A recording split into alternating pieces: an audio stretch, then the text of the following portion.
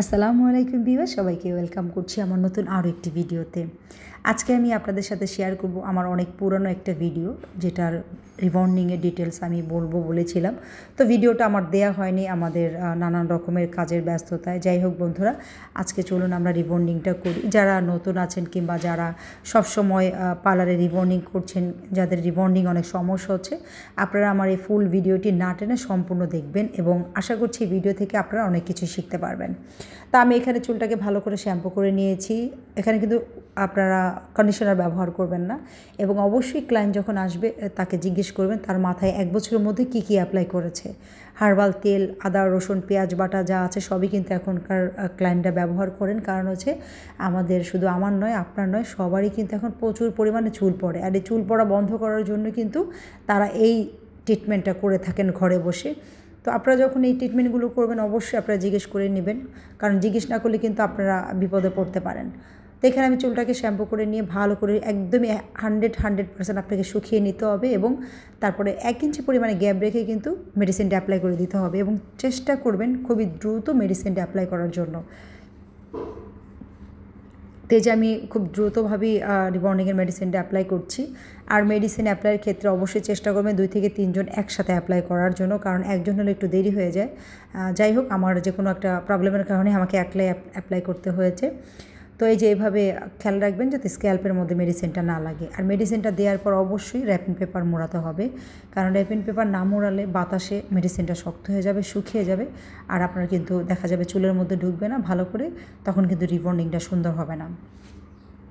আমরা কিন্তু প্রচুর পরিমাণ রিবন্ডিং করি। এর আগে আমার একটা ইউটিউব চ্যানেল ছিল এবং আমাদের পেজ ছিল, যার কারণে পেজটা নষ্ট হয়ে যাওয়াতে, ইউটিউব চ্যানেলটা নষ্ট হয়ে যাওয়াতে কিন্তু আমাদের অনেক ক্লায়েন্ট কমে গেছে। তো এই কারণে আমি আপনাদের সাথে অনেক ভিডিও শেয়ার করতে পারি না, কারণ চাইলেও পারি না, যেহেতু আমাদের ওইভাবে অতটা আসছে না, কারণ আমার চ্যানেলটা খুবই নতুন। তো এই যে আমি 1 ঘন্টা পরে দেখছি কিন্তু চুলে বারবার দেখছি চুল খুবই শক্ত, মেডিসিনটা ঢুকছে না। তখনই কিন্তু এই ঘাবলাটা লেগে গেছে, কারণ আমি তাকে জিজ্ঞেস করেছি যে আপনি আমাকে বলেন আপনি 1 বছরের মধ্যে কী দিয়েছেন। বললো যে আপু আমি মাথায় কিছুই দিইনি, একদমই আমার ভার্জিন হেয়ার। তো আসলে যারা আপনারা এটা বলেন আপনারা নিজেকেও ঠকান এবং আমাকেও ঠকান, কারণ এটা মেডিসিন অ্যাপ্লাই হয়ে গেছে। এখন আমাকে কি করার, এখন আমাকে অবশ্যই এটা নিয়ে কাজ করতে হবে।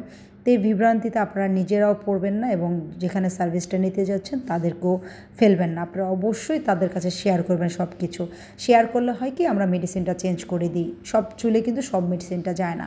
তো মেডিসিনটা চেঞ্জ করে দিলে কি হয়, মেডিসিনটা চেঞ্জ করে দিলে আপনার এই 30 মিনিট কিংবা 40 মিনিট যে সময়টা তারও আগে হয়ে যায় এবং আপনার চুলের ধরন বুঝে যদি মেডিসিনটা অ্যাপ্লাই না করা হয় তাহলে কিন্তু আপনার রিবন্ডিংটা সুন্দর আসবে না।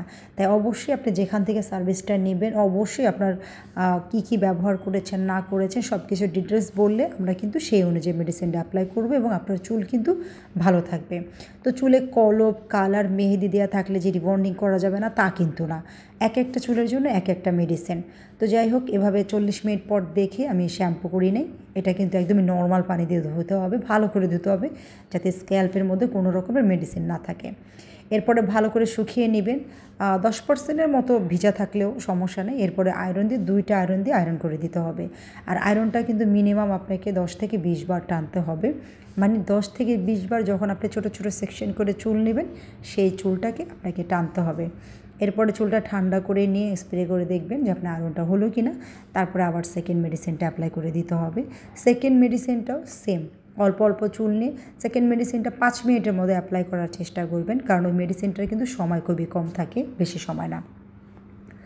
ফার্স্ট মেডিসিন আমরা যদি 1 ঘন্টাও রাখি, সেকেন্ড মেডিসিনটা কিন্তু 20 মিনিটের উপরে রাখা যাবে না, আর ওটা হচ্ছে আপনার একটা ফাইনাল টাচ। যাই হোক, এই যে বন্ধুরা, এরপরে কিন্তু আপনারা চুলটাকে ভালো করে ধুয়ে ফেলবেন এবং ধোয়ার পর অবশ্যই হেয়ার মাস্ক ব্যবহার করে দিন।